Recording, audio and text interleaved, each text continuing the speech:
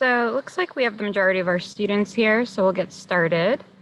So hi everyone, my name is Faina Bucher, and I'm the Program Director for the Social Innovation Internship Program and the Changemaker Collaborative, formerly the Center for Social Innovation Enterprise.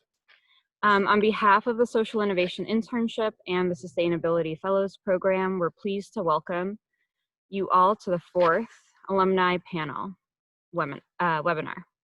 Last week we heard from and were inspired by our community partners and alumni who work with responsible investments.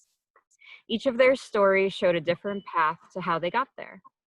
Each day they get to implement strategy which seeks to consider both financial return and social and environmental good to bring about positive change to the world. Our three panelists took their experiences, which they first tried out in their fellowships and their internships, and found their purposeful careers, while also becoming the next generation of change makers, scaling their impactful work that we value and driving more progress every day.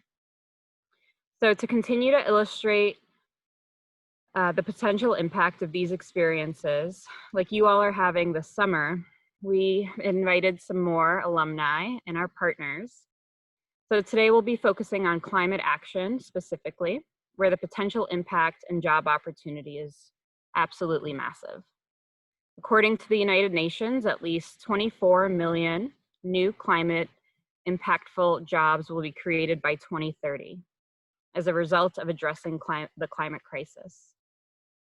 So now we'll put our conversation into the context of climate change, and then we'll have Jennifer Green talk about the field today, and then moderate a discussion with the panelists about their careers and their educational and professional journeys. We'll start with a short video on the United Nations Sustainable Development Goal number 13, which is to take urgent action to combat climate change and its impacts. Give me a second.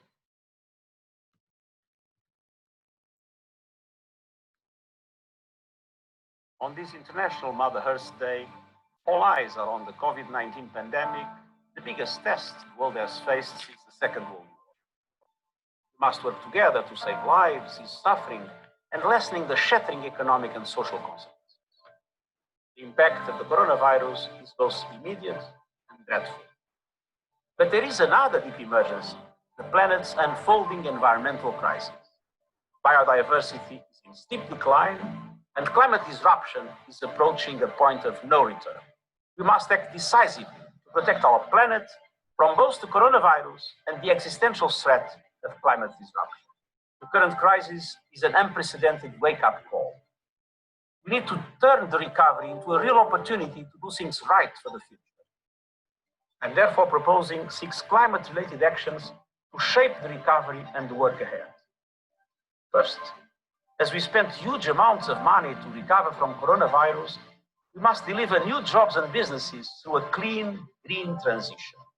Second, where taxpayers' money is used to rescue businesses, it needs to be tied to achieving green jobs and sustainable growth. Third, fiscal firepower must drive a shift from the gray to the green economy and make societies and people more resilient. Fourth, public funds should be used to invest in the future, not the past, and flow to sustainable sectors and projects that help the environment and the climate. Fossil fuel subsidies must end, and polluters must start paying for their pollution. Fifth, climate risks and opportunities must be incorporated into the financial system, as well as all aspects of public policy making and infrastructure. 6, we need to work together as an international community. These 6 principles constitute an important guide to recovering better together. Greenhouse gases, just like viruses, do not respect national boundaries. On this Earth Day, please join me in demanding a healthy and resilient future for people and planet alike.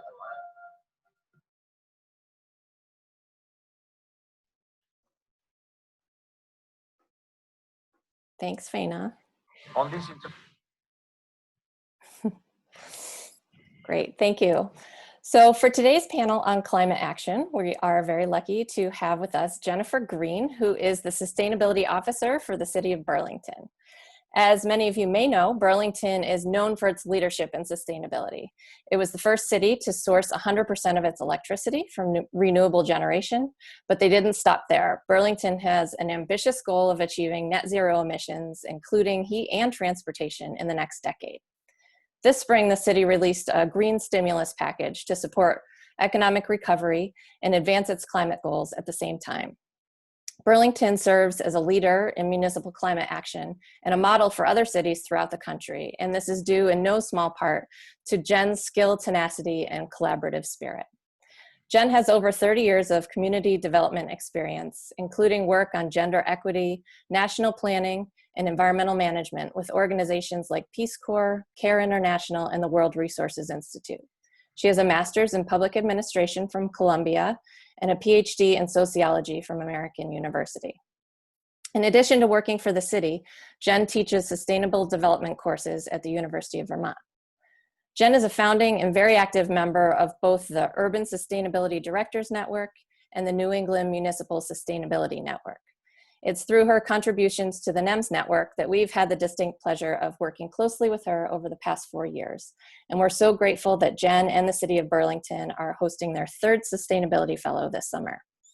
As many of you know, Jen is a news mentor this summer on a project aimed at helping the New American community in Burlington reduce their energy costs. Jen is constantly working to find innovative ways to make climate programs inclusive and equitable, and inspiring the rest of the sustainability community to do so as well. She truly embodies the spirit of the sustainable learning community. She's a wonderful collaborator and mentor, as well as a leader in municipal climate action, and we're so fortunate to have her here to share her perspective with us today. Jen, thanks again for stepping up to moderate today, and I will turn the webinar over to you. Wow, thanks a lot, Megan. That's great. And it struck me when you said I was Anu's mentor, because in many ways, I think it's going to be a reverse this summer. I think, Anu, I don't see you. You must be on the other screen. But as Anu, my colleague Brian, and my colleague Tiana and I have all said together in meetings, we're so happy with whatever Anu uncovers for us. We think it's going to be light years ahead of where we are today. So in many ways, not only are we part of a team, but I think in some ways Anna will actually be mentoring us when she uncovers sort of who's working with the New American community in Burlington, who's successful, who do we want to piggyback with so that we're delivering consistent messaging in a sort of smooth and deliberate way, and really rowing consistently together. So, I mean, maybe I can just mention, Megan, that you and I were just on a phone call on a webinar about racial equity. And I'm just thinking about how the intersectionality is so important now more than ever. And so I just feel so blessed and privileged that Anu's working with us this summer, because we've really got to understand what people of color in our community are up against, particularly given the systematic racism that we have in the United States and how people have been sort of doggedly left out. And so really excited to have Anu with us and to be with you all today. I recognize a lot of you from, I don't know, when was that? It seems like 6 months ago, and it seems like yesterday that you had your, all the fellows gathered for the first time to meet your city people and to get to know each other. So anyway, it's great to see you all again. And thanks a lot, Megan. I'm so happy to be able to be with you. And I'm really happy to be able to introduce our 3 panelists. I think my job is to not only introduce them to you, but I think I'm a timekeeper as well. So I'm going to keep everybody to about 5 minutes so we can get some good high-level understanding of what their work is and their challenges and opportunities vis-a-vis their climate action work. And then I think we'll open it up for dialogue and conversation. So you can think about your questions as you hear folks present. So today we've got Ruby Woodside. Ruby is the Climate Program Senior Manager with a group called Second Nature. So really excited to hear what Ruby has to share with us. Jackson Kasperi, I think, Jackson, it's not on your title here, but I think you're actually an atmospheric researcher at UNH. You're a graduate student. We're really happy to hear from you today as well. And then Tegan O'Neill. Tegan is the Director of Digital Communications at Next Gen America. We were just talking on our last webinar that, again, that Megan and I were on about the importance of communicating well and clearly, and to the extent that we need to and must call out race, because it too often gets sort of brushed under the rug. So anyway, it's really great to have you all. And I think if folks don't mind, we'll just take it from the top. I think, Ruby, do you want to start and give us sort of your 5-minute overview, please? Sure. Can you all hear me? Good. Well, yeah, thanks for having me. I'm excited to be here. I'll just give a, I guess, very quick overview of my career and background, and then of course happy to answer any more questions or go into more detail. But so I work at Second Nature. Currently, we're a small nonprofit. We're based in Boston, and we work with higher education on climate action and climate change. So I work with colleges and universities, primarily in the US, but also a few in Canada and Mexico on climate action. And within that, I work on a few different kind of areas. Right now, I do a lot of work on climate resilience and adaptation planning. I've also done a lot of work on carbon offsets and carbon pricing as well. So let's see, career path. I've been concerned about climate change really as long as I can remember. I'm not sure when I first heard about it, but I've always really enjoyed science and math. So my undergrad, I majored in chemistry. I thought I was going to be a scientist, but I pretty quickly decided that I thought lab work was really boring and I wanted something that was more engaging, and I wanted to be able to interact more directly with people.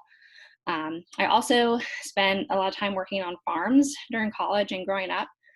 So after I graduated from college, I joined the Peace Corps. So actually, Jen, I was excited to hear that you have a background in the Peace Corps as well. I was assigned to the Sustainable Agriculture Program in Panama, and I worked primarily with coffee farmers for a few years. I worked in this super small rural community. It was on a river. I had to take a boat a few hours upriver to get there. It was a really good experience, very formative, really gave me a lot of perspective on sustainability and how climate change is impacting communities in a lot of different ways, and a lot of very real, urgent ways as well. So it's in Panama for a few years, came back, started a master's program at Clark University. I did a dual environmental science and MBA program. I knew I wanted to continue working on environmental issues and climate change, but I also wanted to understand more of the business side of it, especially working with coffee farmers, which is a cash crop. It made me really want to understand better some of the market forces that were impacting them. So I did start that program. I think it was after my first year that I was a climate fellow at UNH. So I was actually based in Durham, New Hampshire at UNH, and I worked with the organization Food Solutions New England.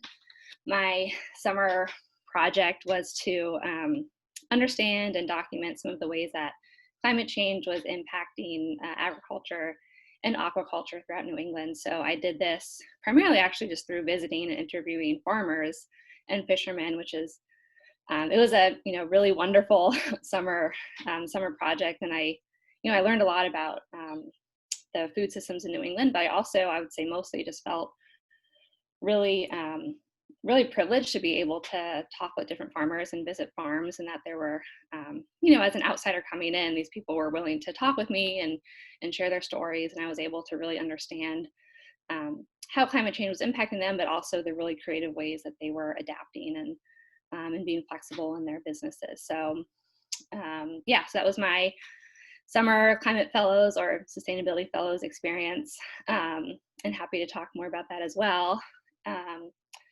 So after that, it was during my last year of grad school that I actually started at the organization where I am currently, Second Nature. I started as an intern. As I was mentioning, I started working on carbon offsets. I was really interested in market solutions to climate change, and I felt like that was a good intersection of the business side and the environmental side as well. So I started as an intern, and about 5 years later, I'm still there. Working on a lot of different programs and projects as well. So how's my time? Should I go into more detail or wrap it up there and then answer questions? Ruby, if you have another minute, you're free to use it. Okay, cool. So I'd say one of the things, I mean, I certainly didn't expect to stay working with higher education for as long as I have, but I've really enjoyed, one of the things that I feel lucky with the organization where I am is that I'm able to work on so many different areas and so many different types of projects. So there is, I'm able to do some of the quantitative work that I appreciate, but also the climate resilience planning is a very different and new area. So that's been interesting. And yeah, and there's a really, great network of colleges and universities that we work with, including University of New Hampshire. So yeah, I'll stop there and then happy to answer more questions. Thanks, Ruby. That's great. I'm sure people will have questions because it seems like it hasn't been circuitous by any means, but it's been sort of diverse in its own way, your path. Yeah, not a straight path. Not a straight path in a positive way. So Jackson, do you want to go ahead? Yeah, absolutely. Thanks for introducing me and thanks for having me here today. I always love talking with the fellows about my experience. And I want to congratulate all of you fellows for being part of such an amazing program. I think you're all going to gain really valuable experience from your work this summer. So congrats. So what's my story? So I graduated UNH in the class of 2018 with a Bachelor of Science in Chemical Engineering. I have a very different take on things than Ruby. I actually really love lab work. So I took a bit of a different path, but during my time as an undergraduate, I was fortunate to participate in some undergraduate research, which was really focused on the impact that like water-soluble organic species have on the size of atmospheric aerosols, and then how they impact Earth's radiative balance. So without getting too technical, it was very environmentally, like core environmentally focused. And that's really when the research bug kind of took hold of me. I went into chemical engineering, partially because it was a good 4-year degree, but I soon realized that I didn't really have any aspirations of making it a career, and that a lot of my interests lied in, fundamental chemistry-based research. So I was able to harness my creativity in a lab setting and really enjoyed the work. And after spending some time around graduate students, I had a much better feel for what graduate school, especially at UNH, would entail. So that sort of led into my decision to stay at UNH to pursue a doctorate in physical chemistry, which is where I'm doing my work today. But I was looking for environmentally focused opportunities sort of between the summer after graduation and starting graduate school in the fall.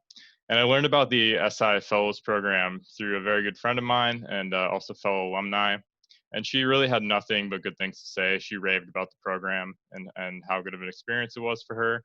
And when I saw that there was a project working on carbon and nitrogen inventory report for the city of Dover, I hopped on that immediately. I basically consider Dover to be my hometown. So taking my data analysis and experiences from chemical engineering and being able to apply them to a city that means a lot for me and help them advance their sustainable work was incredible. And my experience with Dover fortunately led to a number of awesome opportunities that came out of my fellowship. Because I worked with the city's planning department, the assistant city manager recommended to me at the end of my fellowship to go out for the city's planning board. And I met with the mayor and city councilors and was appointed to the planning board. And I'm 2 years into a 3-year term. And over that time, I've seen the city grow a lot. Dover is the fastest growing city in New Hampshire. So there's been a lot of changes. And I've been fortunate that I've been able to push to real action in terms of sustainable development, especially in the housing equity department, and also some alternative energy and solar requirements in the central business district. So that's been super neat. And I love my work I'm able to do with them. Another opportunity that came out of my fellowship was that I was asked by one of the previous mentors, Adam Kohler, to join Smart Labs group on campus, which is comprised of members from Campus Energy, the Sustainability Institute, the University Instrumentation Center, and Environmental Health and Safety. And really what we do is work on finding solutions to reduce energy consumption in laboratory buildings and facilities. as laboratories are like generally the highest energy consumer on any college or university campus. So we've been able to work with other partners through that program and trying to engage in especially more advanced HVAC systems and some more low-hanging fruit items to help people basically shut the lights off and turn instruments off when they're not in use to help save energy in that way. I've also done some modeling projections for UNH's climate action plan update, which has been super neat. So I've kind of been able to get my foot in the door in a number of different avenues, all under the sustainability umbrella. But most recently, during the summer of 2019, I was part of the FireXAQ field campaign, where I worked with some scientists from NOAA, NASA, and a number of university partners to really help understand the implications that biomass burning has on the environment and human health. So forest fire-based research. And during that time, I drove around in a NASA mobile laboratory known as Mach 2, and we covered like 3,000 miles and sampled 5 different fires out west. So that was an incredible experience, spending time with these scientists from top institutions. And I've, more recently just been sort of going through all of the loads of data that I collected during that field campaign. And understanding the natural aspects of our world and, the natural implications of, say, biomass burning are incredibly important so that we can have a real complete picture in terms of modeling and climate projections to see what the impacts of our just greenhouse gas reductions or moving to alternative energy really have on the total Earth system. So I know that was kind of a lot, and I sort of tend to talk fast. So I'm happy to answer any questions on any or all of those avenues. But all in all, like I said, I've approached sustainability from like an energy modeling perspective, from the perspective of a climate scientist, and also local government and policy. So sort of broad scope, which is cool. So yeah, that's my story. Well, thanks, Jackson. That's great. And I just think so far, 2 out of 2, the UNH program seems to have really been like grounding experience for both of you, despite sort of having taken off in different paths. Absolutely. It's such an important theme. And Tegan, we're going to turn it over to you now. Yeah, for sure. Nice to meet everyone. And I can definitely continue on the theme of ending up doing stuff that you were probably not expecting to do in your career. So my name is Tegan O'Neill. My pronouns are she, her, hers. I'm an alumni of UNH, both for undergraduate and grad school, and I was a fellow in the Sustainability Fellowship in the summer of 2014, which I was just reflecting with Megan is now a whopping 6 years ago, which feels really wild, but now we're here. So I'm going to do this a little bit backwards. I'll talk a little bit about what I do now, and then I can kind of take you on the journey of how I got there. But what I do now, I'm the Digital Communications Director at Next Gen America. Sorry, I have really bad allergies today. One second. So yeah, Next Gen America is a super PAC that's focused on turning out young voters to win to elect progressive candidates, right? So we are, and I am really focused on the levers of power that can cause some of those big structural changes we need to make climate action happen, right? So I know there are a million lanes in, sustainability and climate action, and the one I've been focused on for the last 6 years has been basically 2 things: the presidency and the Senate. So those are the kind of levers that I've kind of chosen to focus on in my career. But again, there's like a million, and this is definitely not where I started out.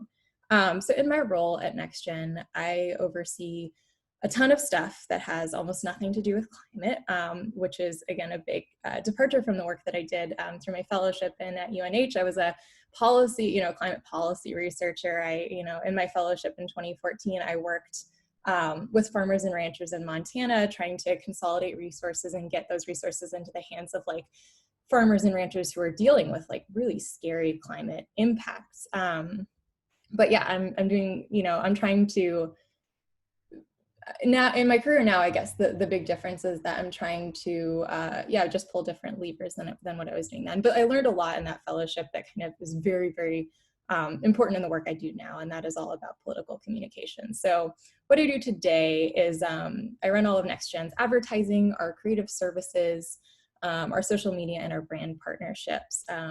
So my day-to-day work is a mix of, I would say, science and math, but also art and management, a ton of people management. So what that means is I help lead with all of our polling initiatives. Politics, as you know, is very driven by research and polling. So, the meeting I have after this call is going to be digging into the results of a, large survey that we just put out to 18 to 35-year-olds. But I also oversee creative development. So that often means like reviewing a mood board for a video shoot, or going over graphics with designers to see how we can get policy points across in a more clear way for an audience that's not super like into politics. Outside of that, I work on a lot of like business negotiations, which is not fun at all. I don't, also a thing I never expected to do in my career, but advertising comes in, especially in politics, comes with really big budgets. And that means, kind of tense business negotiations with partners and vendors. And so that also takes up a big amount of my day.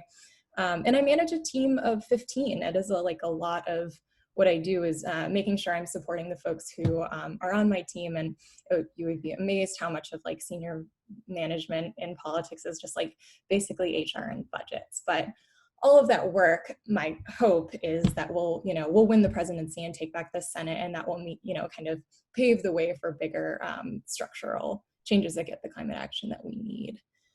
And happy to answer questions about like what that work actually looks like, and how to get into that work, because there are a lot of jobs in politics especially in an election year, but all the time. How I got there. When I was at UNH as an undergrad, I was an undergrad in 2012 when Obama's re-election campaign was going on. So I volunteered a ton of my time on top of school and having like a 20-hour-a-week job to support myself. It was not fun or easy, but I made a ton of contacts that way. And those were really helpful when in 2016, I was trying to get a job on a presidential campaign and totally failed, did not get a job on a presidential campaign. But I did manage to get a job at NextGen. It was then NextGen Climate, working on digital communications. So I've been there ever since. But before I landed the kind of first job at NextGen, then Climate, now NextGen America, I got to do that fellowship program that I mentioned in Montana. And when I went into that fellowship program, I thought like, I'm going to do climate policy. I'm a researcher. I'm not a communications person. And when I got there, like the whole job was basically, how do you communicate complicated policies to people who do not agree, even with the idea that climate change is real, right? So that was when I kind of first discovered that like, oh man, these big policies that I've been like researching and writing about, they're not going to happen if we don't find a way to speak the language of folks who don't already agree with us on these issues. And that's when I kind of like turned into, or became more okay with the idea of being, more of a communications person than a policy person. And I also found that I enjoyed that work a lot and was good at it. So I kept doing that. When I came back to UNH as a grad student, I worked in the communications arm of UNH. Outside of my grad program, I taught myself graphic design. I taught myself video editing. I just started making a lot of stuff, and that is what landed me the job. My first job at NextGen, I was like making graphics, and I was our main videographer for a little while. Like I just wore a ton of hats because I had picked up these really random communication skills, and all that snowballed over the years until now I'm in charge of, all of the kind of external communications that this super PAC does. So I think I'm probably at time. Sorry if that was a little wandering, but I would love to take questions if anyone has them. Yeah, thank you so much, Tegan. So interesting. So many questions percolating. Hey, Megan, just for the record, I'm curious, if we don't get to everybody's questions today, is contact information available for Ruby, Jackson, and Tegan so folks can follow up directly if they've got specific stuff they want to ask? Definitely, and we encourage you all to connect via LinkedIn afterwards. Okay. Great. Awesome. So I have questions, but I don't want to start. Does anybody want to go ahead? You can either raise a hand or put something in the chat box. I'm just going to jump in and say, please just type, I have a question in the chat box and we'll call on you. Tends to work best. And Jen, if you want to ask a question while they're all getting their questions typed in, that would be great. Yeah, sure. Well, I guess I'm going to go backwards, and I'm going to ask Tegan to start. I think it's so timely that you mentioned working on a campaign, and that's you started as a volunteer essentially, and it launched you into this sort of career path while you picked up different skills on the way. I'm curious, do you want to reflect a little bit about working on the campaign, given that we've got something big happening in November, and if or how you might want to suggest people take advantage like you did years ago? Yeah, absolutely. Yeah, and I saw a question in the chat as well about like, how do you go about learning some of those skills that help me get a job on the campaign, right? I will say a couple of things. So first, I think it is a position of privilege to be able to volunteer for a campaign. So I think one structural thing we need to change about just the way politics works is like, you shouldn't have to do what I did. And most people don't have the privilege to do what I did and like volunteer a ton of time. So that's something that like folks in the industry and myself, especially as someone in a position of power here now, thinks a lot about like, that should not be the path anymore, right? But one, you know, outside of volunteering your time, right? Like one of the very you know, concrete things you can do that I mentioned is like skill up, like, you know, use the programs I recommend are Canva, which is a free online design software.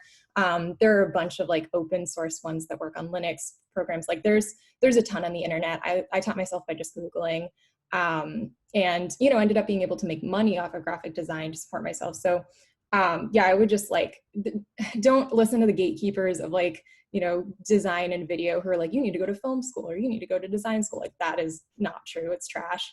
And they have a vested interest in keeping you out of the industry.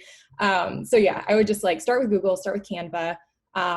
There are a million free programs out there. And if you can put on your resume, like I can make a graphic and you have all these other skills that you're learning through the fellowship, like that really does give you a leg up.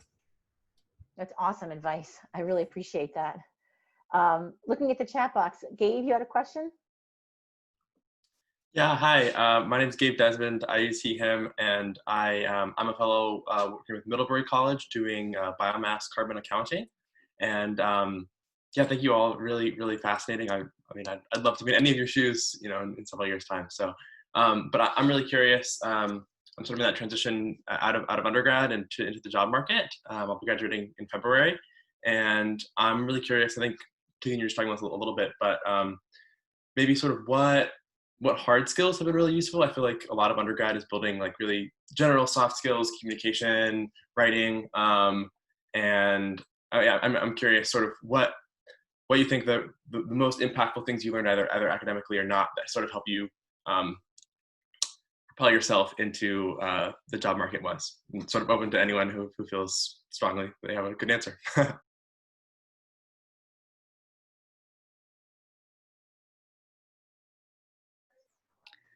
I'm happy to start. I feel like, so I know this is not helpful, but I would say that the soft skills have probably been the most helpful and the like easily transferable. But in terms of hard skills, I mean, one thing that I try to do that has been helpful is to kind of think backwards, or like as I'm doing something or doing a new experience, like what is the very concrete outcome or output that I can talk about coming out of this. So for example, for my fellowship, I did these case studies. And so I was able to say like, look, I've done these case studies. I can like interview people and write things up in a coherent way. And so whatever experiences you've done, or even like classes you've had, if there is a concrete output that you can share as an example and kind of put together a professional portfolio, I found that to be helpful and something that I've, you know, talked about in job interviews or just informal conversations. So yeah.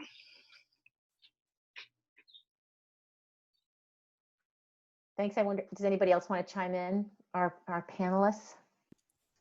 I would say just, and people don't treat this like a hard skill, but the ability to facilitate a meeting is like, it will come across in your interview. It is like an actual set of skills. Like there is a good way to do it that you can learn and nail. And that's come in really, really handy, especially if you're coming into a place as like a younger person, which it stinks, but you know, often you're looked at differently, you know, so if you can like facilitate a meeting really well, I think that helps a lot. I second that. Tegan, did you have advice on where one could get guidance on facilitation? Is there a particular site or link or source that you use in terms of gaining those skills?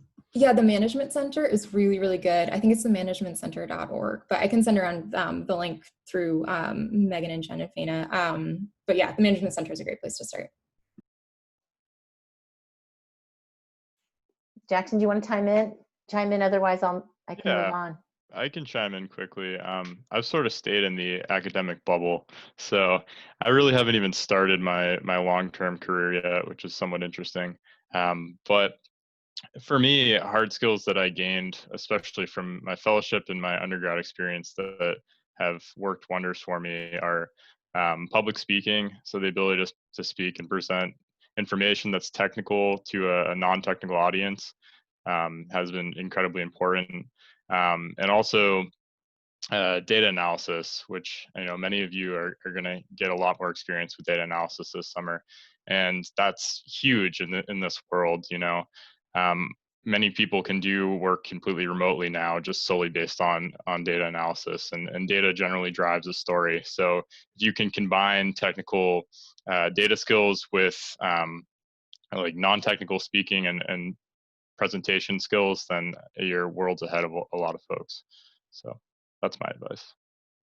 Yeah, thanks to all three of you. And thanks, Gabe, for the question. Isabella, did you have something you wanted to ask? Hi, yeah, I'm Isabella. I'm interning this summer with the Small Business Development Center. And my question is, how did you get your foot in the door in the climate activism sphere? Like, was there a secret, like as a young person, how did you prove that like you had skills to contribute and like kind of, I guess, just getting your foot in the door? Yeah. I could kick that one off, and I know Ruby and Jackson, you're also going to have like amazing thoughts here. My advice, what I did is just didn't ask permission. Like, and this is not so much in an activist role, but in my role at NextGen, but like, no one's going to say no to help. And if you create a thing, people aren't going to be like, oh, we shouldn't use this. Like, if you have a vision for something, my best advice is to just do it and like kind of not explain yourself and not ask permission. My experience has been that works pretty well in getting your foot in the door. Really like that. Ruby or Jackson, please feel free to chime in. I mean, I think just for me, it's been helpful to be open to a lot of different experiences and not necessarily have in mind, this is the type of position I want, or this is exactly what I want to do, because, I've gained so much from a variety of internships or projects that I've worked on that I didn't necessarily think I was qualified for, or, even have a lot of interest in beforehand, but just being open to that was helpful. So yeah, I, don't count off things before you try them. Yeah, I agree. I'm just going to piggyback off you a little bit, Ruby, in that openness is key, and not being afraid to accept opportunities is key. For me, when I was asked to be on the planning board, I was kind of nervous. I'm like, what can I bring to the table here? I had never looked at architectural, documents before, or building drawings, and this is all like civil engineering based. What am I doing? But clearly they had some faith in me that I was able to produce quality products and bring something to the table. And over my couple of years on the board, I've learned a tremendous deal. And now I feel like I'm a critical member and that I'm able to engage on a regular basis. So again, yeah, just having that type of openness, I think, is super important, and faith in yourself. Thank you. That's great. Thanks. Thanks, Isabella. Good question. Jake, you're up next. Did you have something you wanted to ask? Hi, everyone. I'm Jake. I use he, him, and I'm doing a fellowship with Sola Vita in Burlington, Vermont. And I have kind of a specific question for Ruby and Jen, because I'm strongly interested in doing Peace Corps. I'm applying this weekend. And I don't know if this is kind of too specific for this webinar, but I thought, I'm also really interested in sustainability, obviously, and climate action. My fellowship this summer is all based on climate action. So I was kind of wondering if you could speak maybe briefly to how Peace Corps might have been a pivot moment in your life, or how it contributed to your interest in sustainability, or maybe even more specifically in climate action, kind of bridging that, because I'm thinking about maybe how it's going to help me after I return, and what my next steps would look like. So, yeah. Ruby.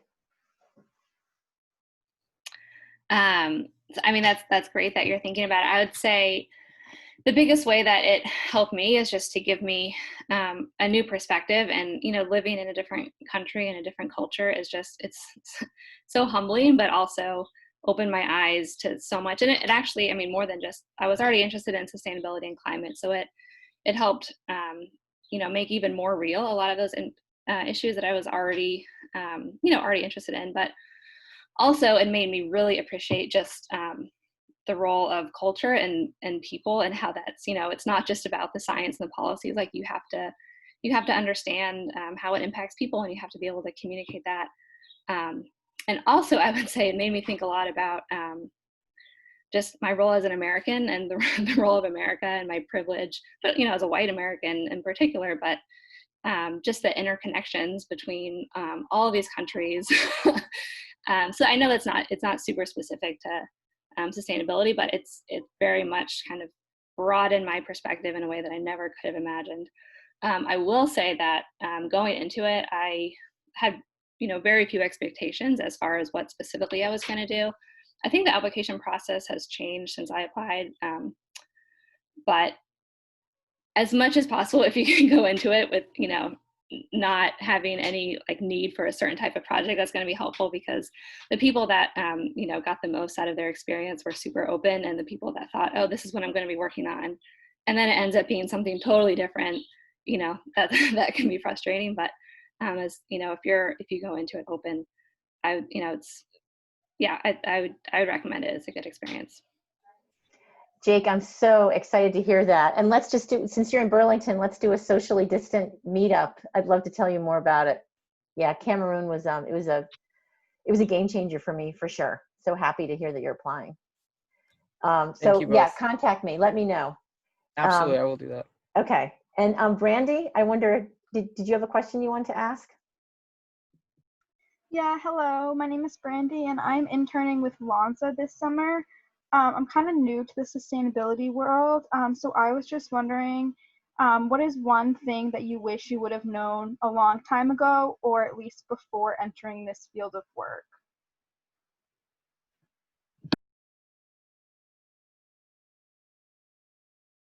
Whoever's feeling inspired. Yeah, I've been thinking about this a lot recently. I wish someone had told me that like nobody really has it figured out. Like you get to like, you know, I sit at tables where I'm like, you guys should know what to do, and no one does. And so I think like if you have, not to disparage everyone in this field, like there are a lot of really smart people, but there is no one with answers. So like if you have an idea, or, you know, you're like, I'm not sure anyone's thought of this, or like we should do things differently, you're probably right, and you shouldn't be afraid of advocating for that. I also think that like this industry needs a lot of help in terms of like, and by this industry I just mean the climate change movement in general, like needs a lot of people to kind of shake things up, because a lot of the practices have, you know, haven't worked, right? We haven't really won yet. So I would just say that, yeah, like don't overestimate the extent to which the people have figured this stuff out.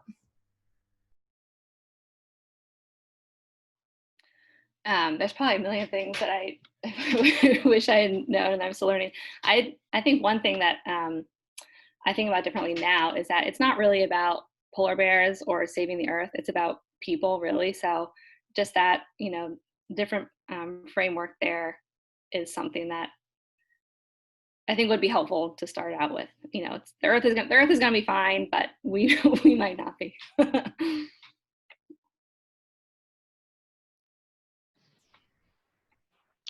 Yeah, one thing I would have known. Atmospheric chemistry and climate science is super complicated. There are just so many variables at play. But what is less complicated, it's still complicated in its own right, but what's less complicated is making a difference in terms of your own personal small scale lifestyle choices. So if you're, you know, preaching all about sustainable living and doing sustainable action, well, it starts with your day-to-day activities and setting an example for those around you, because we really need a cultural shift in terms of consumption, especially in America.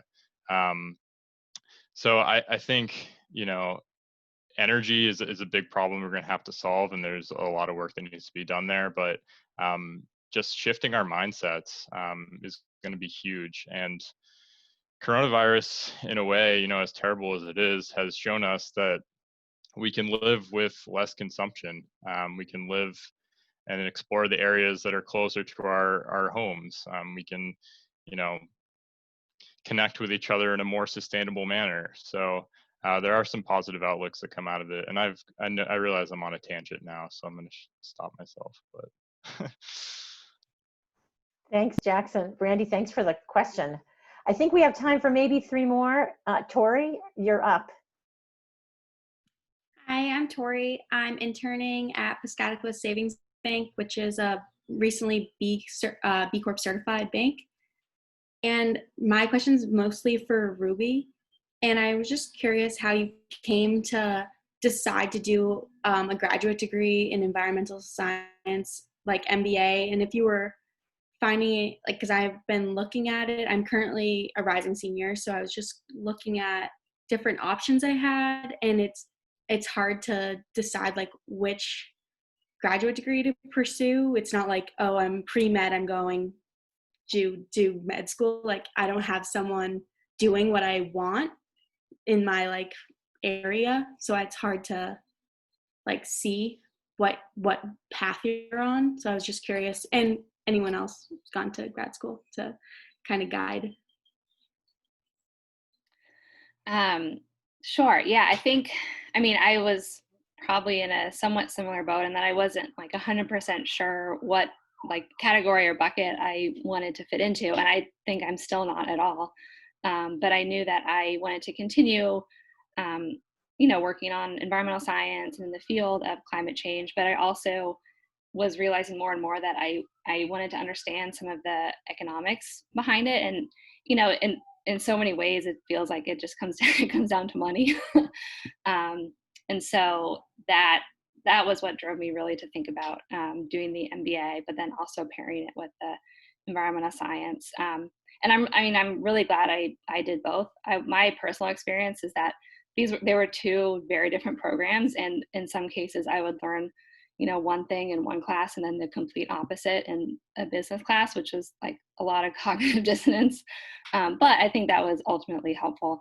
So I don't know, maybe don't be constrained by the specific programs that are offered. I mean, I know a lot of schools offer, like, you can kind of create your own major and do what you're interested in. But yeah, I felt like it was important to kind of understand both sides of the coin. Great, thank you, Tori. Unless Jackson or Tegan, you want to weigh in, I think we'll move to the next question. We've got 2 more. Alex, you have expressed interest. Yes. Hi, this question is mostly for Tegan. You mentioned that when kind of making the transition from like policy researcher into like getting more active politically, you like reached out and kind of tried to establish more of a network. I'm curious if you mind talking more about that and like how you went about that.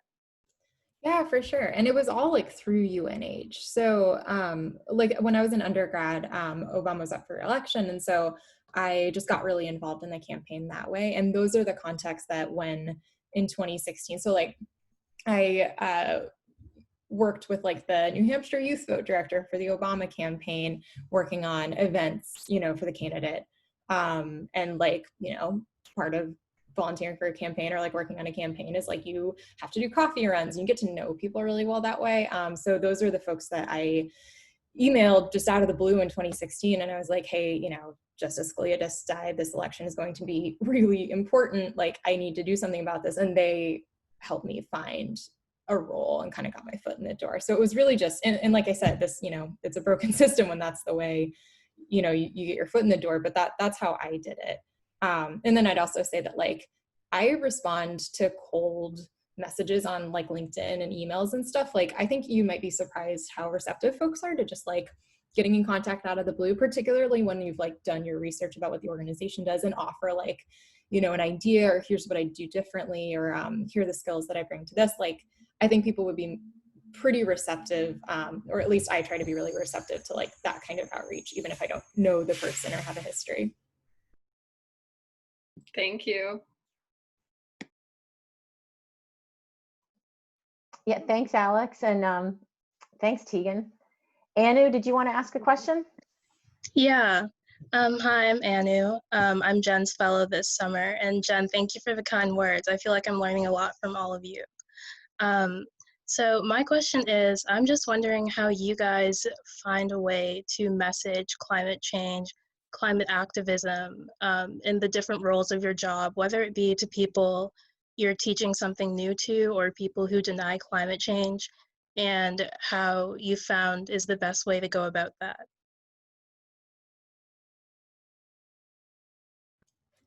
I can take a stab at that, and it's such a good question. I have found, and this was very true in Montana when we were talking to like ranchers and farmers who just straight up didn't believe climate change was real and would not hear the words. We just started calling it water and weather variability. Like the most important thing I have found in like climate communications is that if you care more about the outcome than how you get there, then you should use the language that folks are kind of already on board with and you know, speak to the goals people have in their own lives. So if that is clean energy jobs, then you talk about clean energy jobs. Like to Ruby's point earlier, like it's got to be about the people and the things that people feel most deeply. So if for an audience, you know, or a group of folks that like may not really feel strongly about solar, you talk about wages, if that makes sense. Yeah, I would agree. It's, I mean, not that I've always found the best way to communicate it, but, you know, it seems like when you can find some common ground that you can agree on with someone, even if it's not about climate change, like that's fine. I had similar experiences interviewing farmers. I mean, sometimes they didn't, you know, didn't matter if they believed in climate change, like they noticed the weather patterns were changing. So, and similarly, currently, with some of the climate resilience and adaptation planning work that we do, a lot of times we'll do workshops and it's just a resilience building workshop. We don't have to call it a climate resilience building workshop, but people understand that you're building resilience and there's so many different threats. Climate is one of them. So yeah. Yeah, I think this is a great question, and it's something we can all work on improving within ourselves. So as an atmospheric chemist and a climate scientist, I struggle with this a lot because I read, you know, really technical journals and have a lot of technical expertise in the area that isn't really going to be relatable to many people. So I found, especially within the context of my fellowship, like using carbon dioxide equivalency calculators, for example, to take metric tons of CO2e and make them into something that's more tangible. It was super helpful. Like, for example, the acreage of forest that would be required to sequester that CO2. I found that to be useful. Also, when I'm talking to people about, you know, climate change in general, I try to relate it to a more tangible pollution. So people understand that if you throw garbage or chemicals into a river, you're going to affect that habitat and you're going to, you know, cause negative implications for the species that are there. And I try to relate that to dumping, you know, polluting chemicals into the atmosphere, and that you're impacting all of us, all of the species on planet Earth by doing that. And so just finding like more concrete examples I found to be super useful. That was so helpful. Faina and Megan, I think I'm turning it back to you. And before I do, I really just want to thank the panelists and thank the questions. That was really interesting. It was a privilege to be a part of it. So thanks for asking me. Excellent. Thank you so much, Jen, and thank you to the panel. I'm just going to pull up, I'm going to just share this slide one more time. Give me 1 second.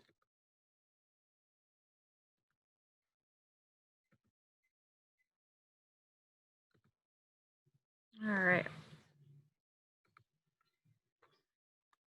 So on behalf of all of us, I'd like to thank you all, Jennifer, Ruby, Jackson, and Tegan, for being with us today. It's been just a real pleasure to hear all about your stories, your paths. I know that the interns and the fellows have learned so much from your experiences. Ruby, I look forward to connecting with you in particular and joining a special special group of MBAs who also have other master's programs that don't always agree with one another.